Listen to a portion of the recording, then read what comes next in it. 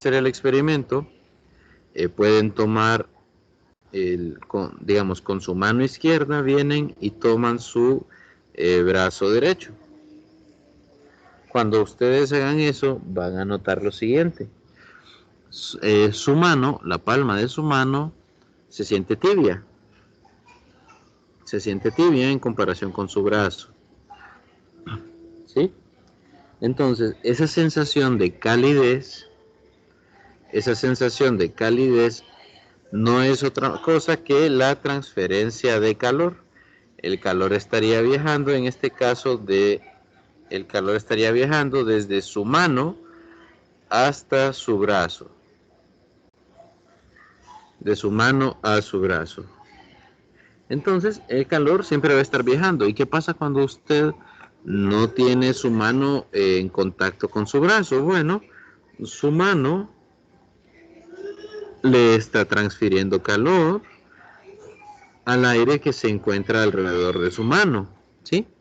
La temperatura corporal de nosotros como seres humanos es de 36,5, 37 grados, 37 grados Celsius, ¿sí?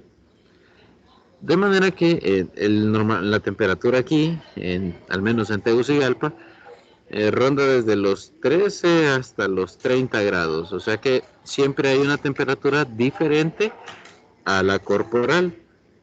Esto, claro, no pasa en Choluteca. En Choluteca sí se llegan a registrar temperaturas de 34, 38 grados Celsius. Y entonces ahí, bueno, ahí en vez de liberar el calor corporal, más bien comienza a absorber calor.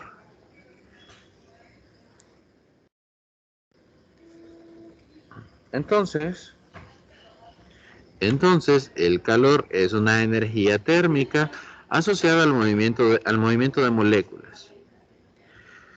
No se puede medir individualmente la posición y la velocidad de las moléculas porque son demasiadas, entonces se trabaja con los valores promedios. Y no tampoco medimos la velocidad de cada una, sino que lo hacemos a través de la temperatura. Con la temperatura estimamos nosotros la energía cinética de estas moléculas. Y entonces el cambio en la temperatura se relaciona con el cambio en la energía de las moléculas. De manera que el calor también se puede medir. El calor también se puede medir a través del cambio en la temperatura. Si tenemos entonces, aquí hay un ejemplo, son dos sistemas que están a diferente temperatura, por ejemplo, su mano y su brazo, ese experimento que hicimos hace poco. Si usted los deja juntos durante mucho tiempo, va a llegar un punto en el que ya su mano no la siente tibia. Y esto es porque debido a la cantidad de calor que se ha transferido al brazo, el brazo aumenta su temperatura hasta igualar la temperatura de la mano. ¿Sí? Terminan los dos a la misma temperatura por estar mucho tiempo en contacto. Y como cuando dos sistemas que están en contacto alcanzan la misma temperatura, a eso se le llama equilibrio térmico.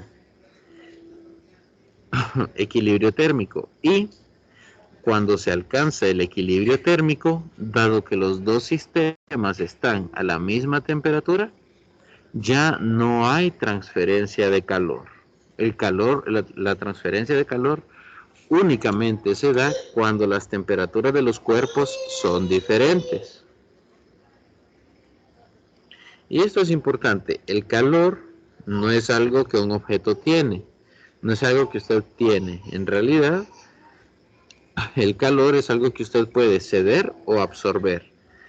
Digamos, usted cede calor cuando toma agua helada, pero absorbe calor cuando se toma una sopa, por ejemplo. Entonces, de esa manera nosotros podemos ceder o absorber calor.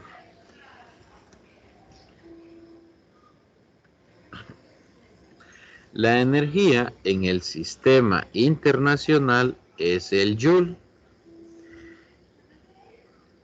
Porque el calor es una energía, pero adicional al joule, el calor también se puede medir en calorías o kilocalorías. Y esta parte es la que los nutriólogos suelen controlar, ¿verdad? La ingesta de calorías. Entonces, la caloría también se puede utilizar para medir el, el calor. Claro, la caloría no es sistema internacional, es sistema inglés. La kilocaloría es sistema inglés. Entonces, nosotros vamos a seguir trabajando con los joules, pero cabe mencionar que la kilocaloría es el dato que usted va a encontrar en todos los alimentos. En la información nutricional de todos los alimentos, lo primero que aparece, el primer dato que sale, es el contenido energético de ese alimento, es decir, es el número de calorías, el valor de calorías que tiene ese alimento. También lo expresan en joules, pero lo usual es que lo presenten en calorías.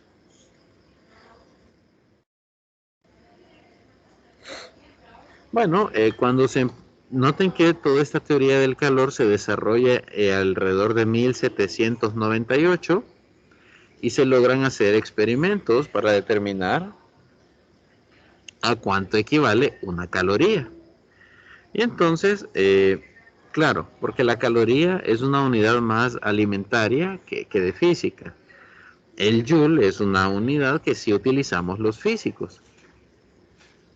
Entonces se obtuvo que una caloría es igual a 4.186 joules. Y a eso se le llama equivalente mecánico de calor. Entonces noten que nosotros empezamos la clase de física en la primera unidad en los años 1500, luego los 1600 con Newton, y ahora estamos en los 1700, casi 1800, en esta tercera unidad. Entonces este es conocimiento que ya tiene unos 200 años, o un poco más de 200 años. Lo que mirábamos acá era el montaje experimental donde se logró medir que una caloría son 4.186 joules.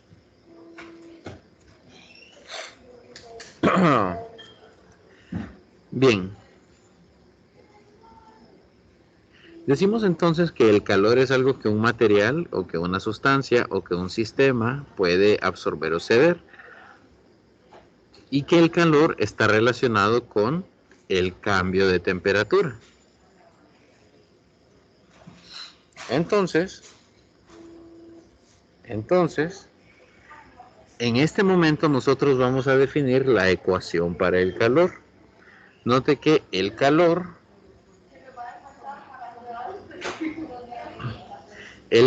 es igual a la masa de la sustancia por algo que se llama multiplicado por el calor específico de la sustancia multiplicado por delta T. Delta T es la diferencia de temperaturas inicial y final.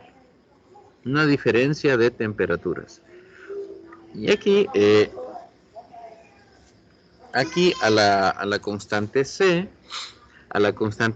se le denomina calor específico. Es un calor específico porque es, entre comillas, un valor único para cada sustancia. Entonces, si usted conoce el calor específico, usted puede saber con qué material está trabajando. Vamos a ver. Aquí entonces tenemos una tabla de calores específicos. Note que los metales tienen calores específicos pequeños si lo comparamos con, por ejemplo, el cuerpo humano, el agua, el alcohol. Entonces, ¿qué significa el calor específico? El calor específico es la energía que usted tiene que entregarle al sistema que tiene masa 1 kilogramo, es decir, el calor que usted tiene que entregarle a 1 kilogramo de sustancia para incrementar la temperatura en 1 grado Celsius. ¿Sí? Entonces, entre más pequeño es este número, más fácil es calentar una sustancia. Note que el cobre tiene un calor específico de 390. El aluminio lo tiene de 920. O sea que el cobre necesita menos energía para aumentar su temperatura. En cambio, el aluminio sí necesita un poco más de energía para poder aumentar la temperatura. Y si los comparamos con el agua, que es el penúltimo de la tabla, el agua es la sustancia que más energía necesita para incrementar la temperatura. Por eso, calentar agua en la estufa para bañarse es caro, por la cantidad de energía que se necesita.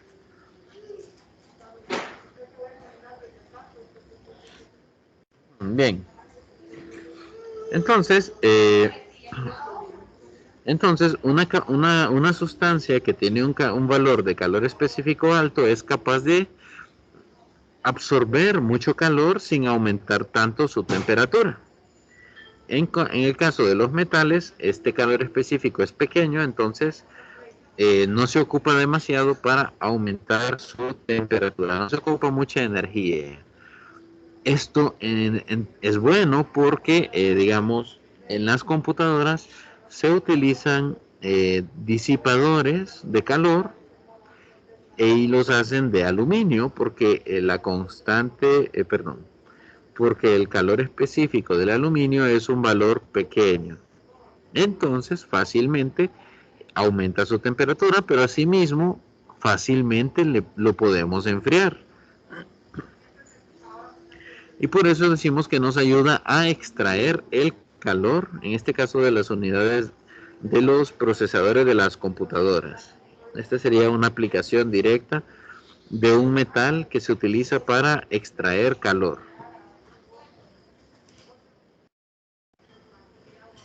Bien, acá tenemos un ejemplo, no lo vamos a ver por ahora. Y vamos a ver la parte de calorimetría. ¿En qué consiste la calorimetría? La calorimetría es el modelo matemático que nosotros vamos a utilizar para medir cuánto calor se transfiere de un cuerpo a otro cuerpo. Entonces, a esos cálculos les llamamos calorimetría. ¿Qué aplicación tiene la calorimetría? Bueno, si usted sabe hacer estos cálculos de calorimetría, usted puede determinar la cantidad de agua que necesita calentar para bañarse con agua tibia o con agua caliente, dependiendo de su gusto personal. Entonces usted adquiere la capacidad de hacer este cálculo, determinar cuánta agua necesita para bañarse. O digamos que no se va a bañar usted, sino que quiere bañar a su gato. Entonces, la cantidad de agua que usted necesita para bañar a su gato. Acuérdese que cuando calienta agua, usted lo que hace es poner a hervirla y esa agua que está hirviendo la combina con agua que está a temperatura ambiente para tener agua tibia. Entonces, este modelo de calorimetría le permite a usted calcular la cantidad de agua exacta que deberá utilizar, tanto para calentar como la que debe quedar al tiempo. Bien, más o menos ya les di una idea de para qué sirve esto. Obviamente tiene otras aplicaciones, pero ahí en su casa la aplicación más directa es esta. Ahora, todos los que han cocinado estarán de acuerdo conmigo que si usted pone a cocer verduras o a cocer pollo, digamos a cocer verduras, entre más agua le ponga usted, más tardará la verdura en cocinarse. ¿Sí? Y les comento un secreto. Si usted las verduras ocupan muy poca agua para cocinarse. Realmente muy poca agua. Ellas liberan agua cuando se están cociendo y quedan más ricas cuando las pone a cocer con poca agua. Aparte de que se cocinan más rápido. Bien, sigamos. Entonces, aquí tenemos un calorímetro. Eh, Nosotros para hacer estos cálculos de calorimetría estamos asumimos que todo el calor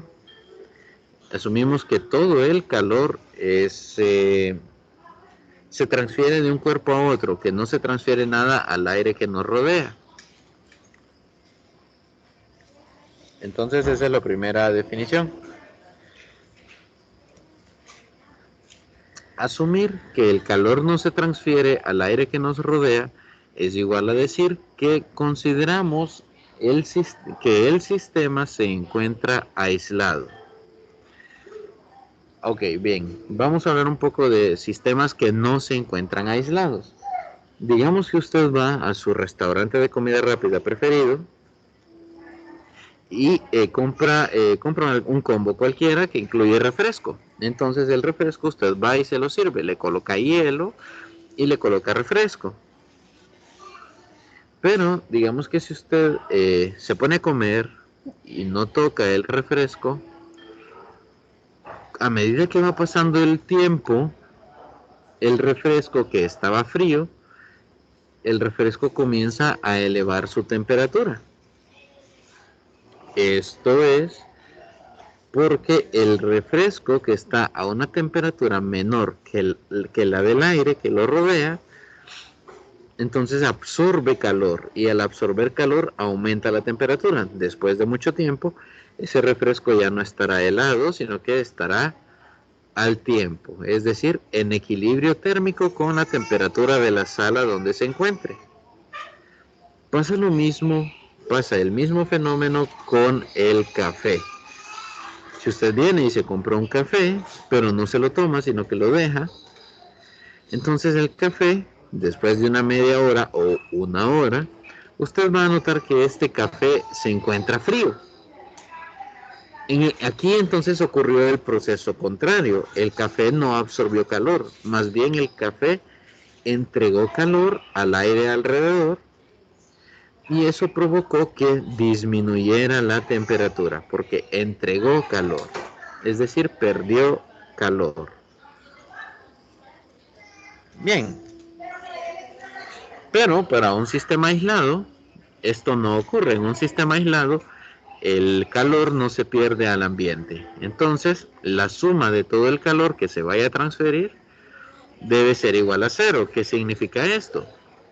Que si yo pongo dos objetos en contacto, el calor que pierda el objeto A, el calor que pierde el objeto A debe ser igual al calor que gana el objeto B.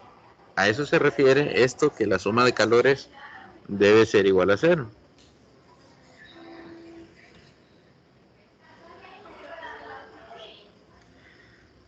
Ok. Nosotros vamos, perdón, a estudiar los estados de la materia. Los estados de la materia son alrededor de 7, hasta el momento sé que son 7, pero tradicionalmente nosotros hemos aprendido estos tres, que es el estado sólido, el estado líquido y el estado gaseoso. Son los tres estados de la materia que vamos a estudiar en esta clase. Ya usted en química y farmacia más adelante quizá estudiará probablemente otros estados de la materia. Pero aquí en física general vamos a estudiar estos tres. ¿Qué es lo que ocurre con el cambio de fase? Es decir, retomemos el ejemplo del vaso de refresco con hielo. Después de un tiempo, ese hielo se derrite, es decir, el hielo es agua en estado sólido. Entonces, para que el hielo se derrita, debe pasar lo siguiente.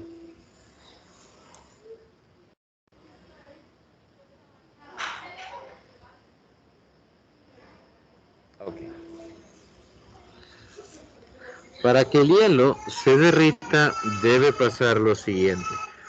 El hielo debe absorber una cierta cantidad de calor. Es decir, el cambio de fase en el agua ocurre a los 0 grados, ¿sí? De sólido a líquido o de líquido a sólido, el cambio de fase ocurre a los 0 grados. Siempre, 0 grados. Pero es posible tener hielo a 0 grados y también es posible tener agua a 0 grados. Esto es, ambas opciones son perfectamente posibles, mientras no ocurra el cambio de fase, es decir, mientras el hielo no se derrita o mientras el agua no se vuelva sólida. Aquí entra entonces en juego el calor latente. El calor latente es la energía necesaria, para provocar el cambio de fase en 1 kilogramo de sustancia. Para ver un poco más claro esto, acá tenemos una tabla de diferentes sustancias con sus respectivos calores latentes. ¿Por qué digo calores latentes? Bueno, porque hay un calor latente que se utiliza cuando se cambia de sólido a líquido. Ese es el calor latente de fusión. Este de acá. El otro calor latente es cuando una sustancia debe pasar de líquido a gas. Ahí ocurre otro cambio de fase. Y entonces, cuando el cambio de estado es de líquido a gas, utilizamos el calor latente de vaporización. Ojo, son dos calores latentes que se usan en dos situaciones diferentes. Ahora, si yo quiero derretir hielo, yo tengo que entregarle esta cantidad de energía por cada kilogramo de hielo. Y si yo quiero congelar agua, es decir, cambiar agua líquida en sólido, en hielo, yo tengo que extraerle esta misma cantidad de calor latente. Extraerla, ¿sí? Ok. Bien, entonces, yo ya les he dicho que una sustancia puede ganar o puede perder calor. Hicimos un experimento con su mano en su brazo para ver quién ganaba y quién perdía calor. Entonces hay que definirle el signo al calor. El calor, al ser una energía, es una cantidad escalar, un escalar, pero es un escalar que puede tener signo, es decir, puede ser positivo o puede ser negativo. ¿Cómo se sabe cuándo es cuál? Bueno, vamos a seguir la siguiente convención. Si la sustancia absorbe calor, es decir, el calor entra en la sustancia, este será positivo. En cambio, si la sustancia pierde calor, es decir, sale calor de la sustancia, en este caso el calor llevará signo negativo. Debe llevar el signo negativo.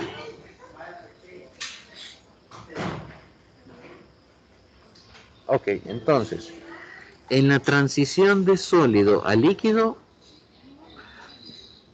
en la transición de sólido a líquido, el hielo lo que tiene que hacer es absorber calor. Entonces, en la transición de sólido a líquido, este calor latente va a ser positivo. Ahora, cuando vayamos de líquido a sólido, si usted tiene un líquido y lo quiere hacer sólido, tiene que quitarle esta misma cantidad de calor. ¿Sí? Digamos, yo quiero hacer hielo, entonces meto el agua al congelador. Si yo quiero hielo, el congelador tiene que extraer esta cantidad, tiene que extraerle esa cantidad de calor al agua cuando el agua esté ya a 0 grados. Y entonces ahí el calor latente sería negativo porque se le extrae calor al agua para formar el hielo. Si yo hago el proceso contrario, si el hielo lo derrito, entonces el hielo debe absorber esa cantidad de calor en amarillo. Y en ese caso el calor latente es positivo.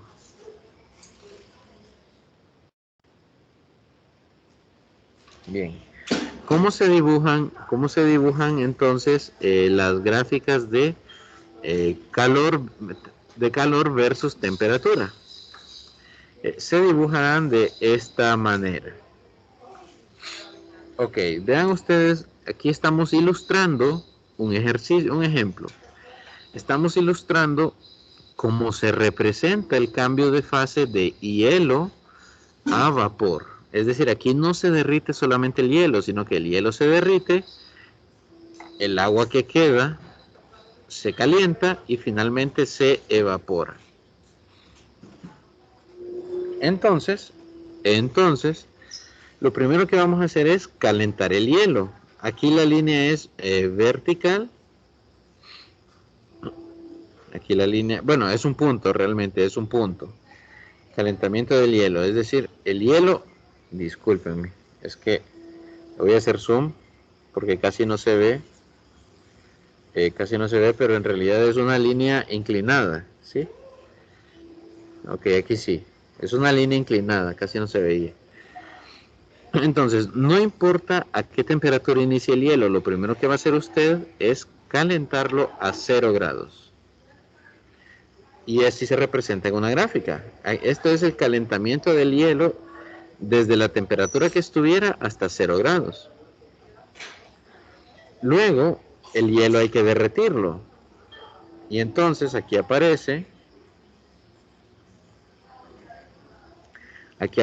esta línea recta porque aquí la temperatura se mantiene siempre en 0 grados y lo que se hace es, en este caso, entregarle el calor latente de fusión para convertir el hielo en agua. Bueno, una vez que ya tenemos el agua a 0 grados, el agua se debe calentar. Se debe calentar desde 0 hasta la temperatura de vaporización. En este caso la temperatura de ebullición, es de 100 grados para el agua. Entonces, en todo este trayecto lo que se hace es incrementar. La temperatura del agua. Cuando llegamos a los 100 grados tenemos obviamente agua a 100 grados, pero también podemos tener vapor a 100 grados. Entonces, ese es el proceso que ocurre aquí. El agua que está a 100 grados se comienza a evaporar. Y si le entregamos, y al entregarle una energía igual al calor latente de vaporización, nosotros lo que hacemos es convertir esta agua líquida en vapor de agua.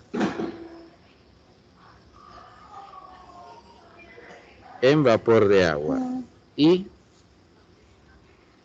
si usted quiere determinar el calor total del ejercicio, lo que tiene que hacer es sumar el resultado del calor para todos estos procesos, ¿sí? Lo hace para todos estos procesos. Ok, el vapor finalmente, pues, el vapor a 100 grados, usted todavía lo puede calentar, pero se va a quedar siempre como vapor. Es decir, la última forma que nosotros vamos a conocer por ahora es el vapor.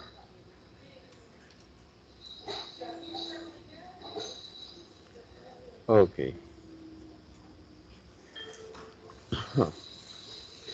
Aquí hacemos una aclaración.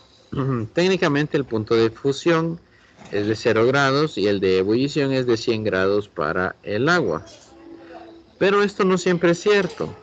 Esto en realidad el agua puede comenzar a hervir a los 93 o 94 grados, dependiendo a qué altura se encuentre usted. Si nosotros disminuimos la presión,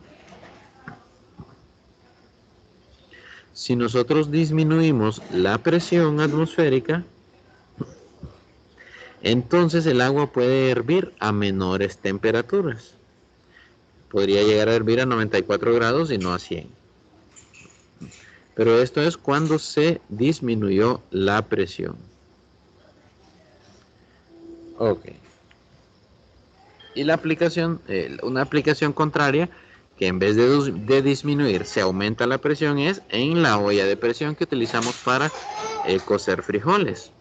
Ahí lo que pasa es que se aumenta la presión y entonces esta presión lo que hace es ablandar la comida.